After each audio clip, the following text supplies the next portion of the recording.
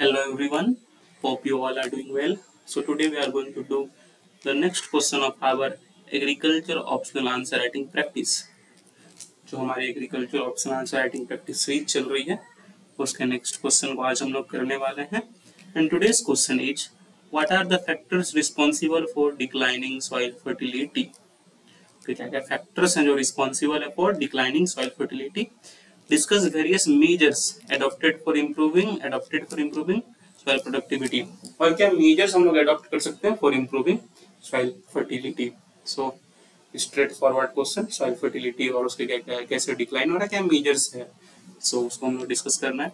पर first of all I want to let you know that मेरे पास एक एग्रीकल्चर ऑप्शनल का कोर्स भी है जो कि फ्री में इस चैनल के प्लेलिस्ट पे आप लोग को अवेलेबल मिल जाएगा. अगर आप इस यूट्यूब चैनल के प्लेलिस्ट सेक्शन में जाओगे तो आपके दो प्लेलिस्ट्स मिलेंगे, agriculture optional paper 1 and agriculture optional paper 2, जहाँ पे कि मैंने कंप्लीट एग्रीकल्चर ऑप्शनल को पढ़ाया हुआ है. That will be available to all of you for free. और वहाँ पे जितने भी इंपॉर्टेंट टॉपिक्स है सबको मैंने कवर किया हुआ है, so that can be helpful to you.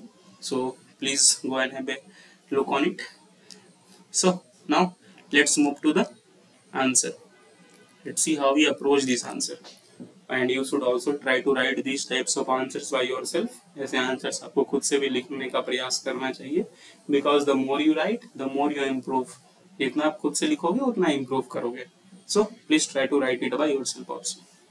Now let's move into the answer.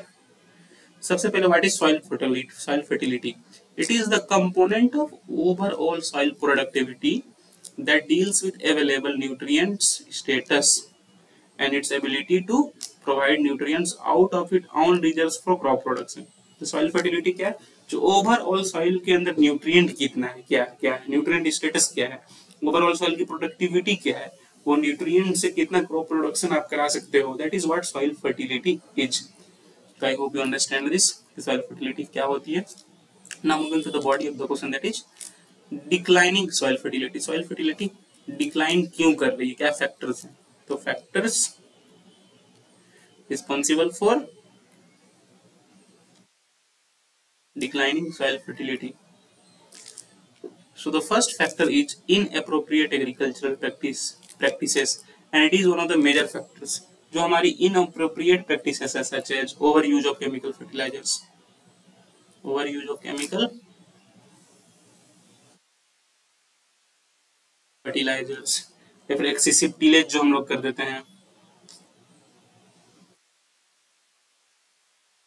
What is tillage? जो प्लोइंग करते हैं उसी को हम लोग टीलेज कहते हैं एग्रीकल्चर टर्म्स. जो एक्सेसिव टीलेज कर देते हैं हम लोग, या फिर अनसाइंटिफिक क्रॉप रोटेशन प्रैक्टिसेस अपनाते हैं. Unscientific crop rotation practices. देखिए अनसाइंटिफिक क्रॉप रोटेशन प्रैक्टिसेस में क्या होता है कि न्यूट्रिएंट माइनिंग काफी ज्यादा हो जाती है. तो ये condition is called nutrient mining. क्या होता है कि हम क्रॉप रोटेशन तो कराते हैं पर एक ही टाइप के क्रॉप रोटेट कराते हैं. मान के चलो राइस वीट क्रॉप रोटेशन है, ठीक है, crop rotation of rice wheat.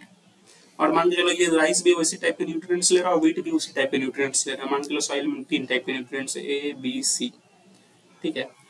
Crop rotation हम लोग क्यों कराते हैं, ताकि हर एक न्यूट्रिएंट का यूज हो.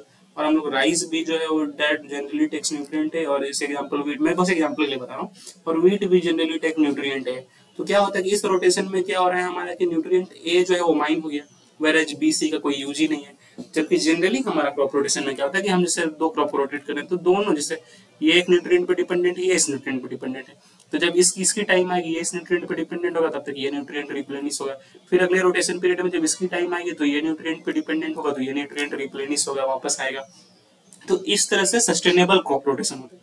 पर जो हमने अनसाइंटिफिक क्रॉप रोटेशन कर रखा है उससे क्या हुआ, न्यूट्रिएंट माइनिंग हो रहा है, एक ही टाइप के न्यूट्रिएंट जा रहे हैं. Next that is poor irrigation practices. इसमें एक और ऐड कर लो, that is poor irrigation practices. Generally हम लोग क्या करते हैं, फ्लड इरिगेशन कराते हैं. जैसे ये फील्ड है जहाँ नीड भी नहीं है उतनी पानी की करते हैं. तो उससे क्या हो रहा है कि देखो वो इरोजन भी हो रहा है सॉइल का, और प्लस जो भी प्रॉब्लम्स है सॉइल की जो भी है वो सब भी बढ़ रहा है. मेन तो इसमें इरोजन हो रहा है, प्लस आप इतना ज़्यादा फ्लडिंग कर दे रहे हो तो उससे भी सॉइल के स्ट्रक्चर्स में भी चेंज आ रहे हैं. तो इरिगेशन प्रैक्टिसेस से भी प्रॉब्लम हो रही है. लेट्स हैव इट ताकि मैं आगे पॉइंट्स आपको बता पाऊँ। आई होप आपको ये समझ में आई होगी। तो इस तरह से एग्रीकल्चर प्रैक्टिसेस, जो फॉल्टी एग्रीकल्चर प्रैक्टिसेस है उससे काफी ज्यादा प्रॉब्लम हो रही है और सॉइल की फर्टिलिटी डिक्रीज हो रही है। Second one is moving away from sustainable traditional practices. जो ओल्ड एज ट्रेडिशनल प्रैक्टिसेस थे, ओल्ड एज सस्टेनेबल प्रैक्टिसेस थे जो कि हमारे ये करते थे, हालांकि उसमें थोड़ी सी प्रोडक्शन कम थी, production there was low but it was sustainable. But क्या हो रहा है कि अभी हम सब ने, क्योंकि हमें अधिक प्रोडक्शन चाहिए था फॉर मोर बेनिफिट्स, हमने प्रोडक्शन तो बढ़ाया पर वो सस्टेनेबिलिटी खो गया। जैसे काफी टाइम में वहाँ पे हम आप देखोगे ट्रेडिशनल प्रैक्टिसेस में कि लोग काफी टाइम लैंड को फैलो छोड़ देते थे कि let it replenish it nutrients, पर अब वो सारी चीजें नहीं हो रही हैं। हम लोग प्रोडक्शन को बढ़ाने के लिए काफी अनसस्टेनेबल प्रैक्टिसेस जा रहे हैं, ओवर यूज कर रहे हैं फर्टिलाइजर्स का। So that is declining soil fertility, decline in organic matter, overall organic matter जो भी सॉइल का है वो डिक्लाइन हो रहा है due to fertilizer use and other things. और देखिए इससे क्या हो रहा है, जो भी organic matter, one that is organic matter,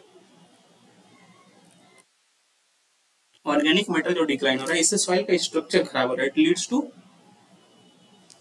poor soil structure. तो this is one of the major problems.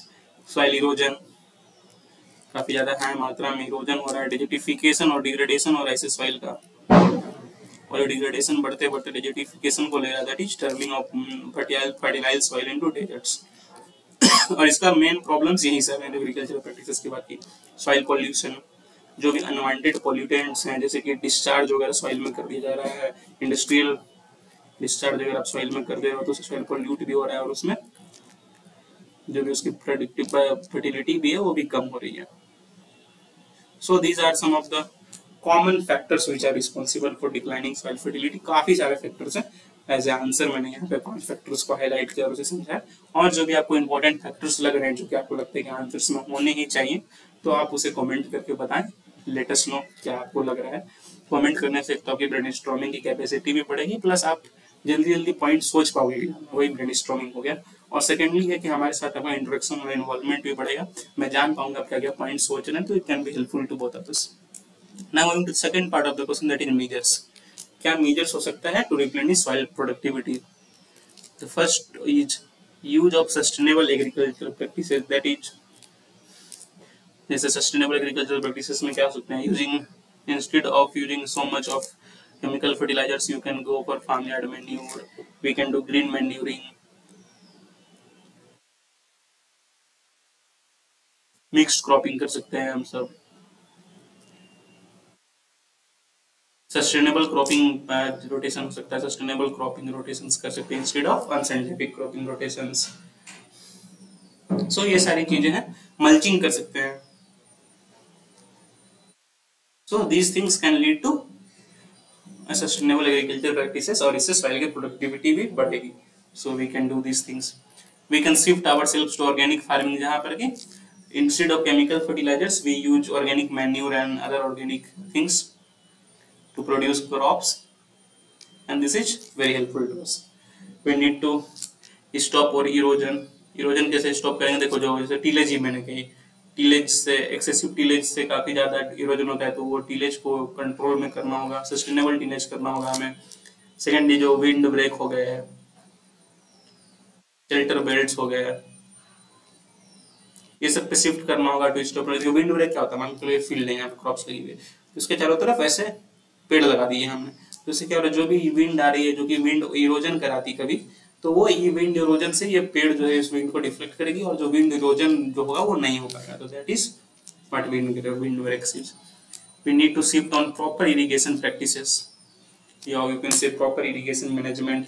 For example we can do irrigation types such as drip irrigation हम लोग कर सकते हैं, इससे कि सीधा क्रॉप्स पे ही ज़्यादा से क्रॉप का रूट है तो ड्रिप सिस्टम के थ्रू सीधे यहीं पे ड्रॉप ड्रॉप ड्रॉप रूट्स के पास ही पानी गिरता रहता है, उससे तो हमारा वाटर भी कंजर्व हो रहा है और जो भी फ्लडिंग वगैरह से इरोजन वगैरह हो रही है वो भी नहीं हो रही है, प्लांट की हेल्दी प्लांट लाइफ हो रही है और प्रोडक्टिविटी तो बढ़ी रही है।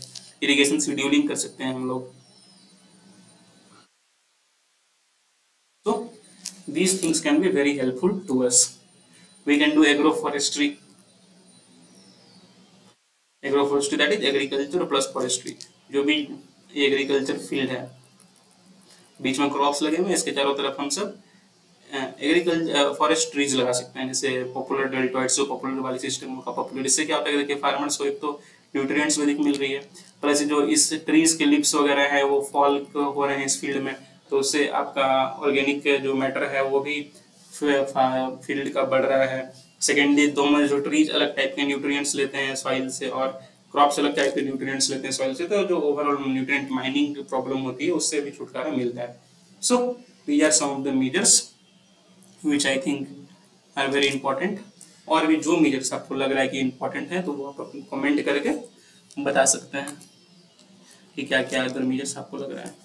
So I hope you understand these things and that is all for today. Please do like, please do share and please do subscribe.